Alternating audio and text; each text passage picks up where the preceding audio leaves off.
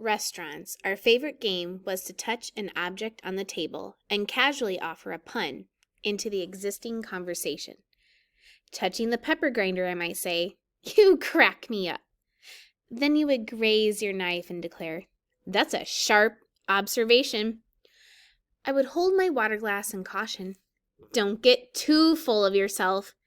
And you would nod seriously and apologize. "You're right. I'm sorry," as you took the pen to sign the check. Back and forth we went, I shifting from napkin to soup spoon, considering the tabletop like a chessboard, giggling at our secrets from the waiters.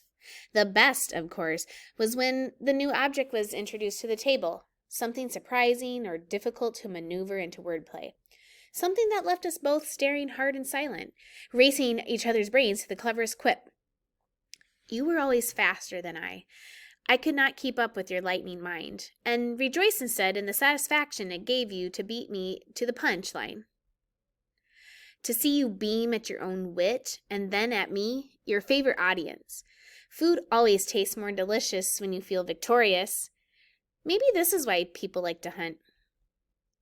The day you broke up with me, you took me to Whole Foods for lunch. This is a pain, because there are so many of them in New York City, and they each look the same. And so now everyone looks like the scene of the crime. And you told me you'd forgotten my name on so many other mouths. I said, "It's okay," and held your hand while you cried. If I had just been a little faster, I would have reached for the cheap paper napkin holder and said, "Thank you for dispensing this knowledge to me." It would not have been one of my stronger puns, but it might have made you laugh, which is why I still wanted the most of all in that moment. I could have said, "Let's table this for later," and knocked on the counter between us, or I guess I was more disposable than I thought, as I reached for a plastic spoon. Maybe, "Wow, you sure kept this information contained," with a nod to the takeout box. "I can't believe you kept a lid on this for so long." As I take a swig of water, "I bet it was real hard to keep that bottled up." Maybe I could have shouted a line about every single product on the shelves as I threw them to the ground. Winding my way backwards through each aisle to the exit, can you imagine the response I would have gotten?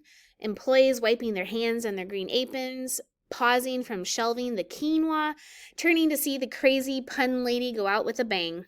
I could have delivered one final zinger, shouting, "I've never been so betrayed!"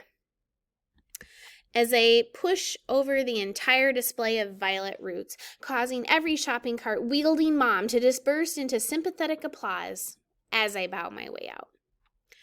Actually, I doubt anyone could have even noticed. I'm sure wilder things have happen in Whole Foods all the time. Instead, I said, "It's okay," which was the opposite of what I meant. I meant, "It's not okay." I meant, "Why?" I meant, "Please don't leave me." I meant, "I've loved you for 5 years." I meant, "Who will I play with when the waiters aren't looking? Who will I race to impress with my banter? Who will smile at me when he reaches the punchline first, delighted that he has won?"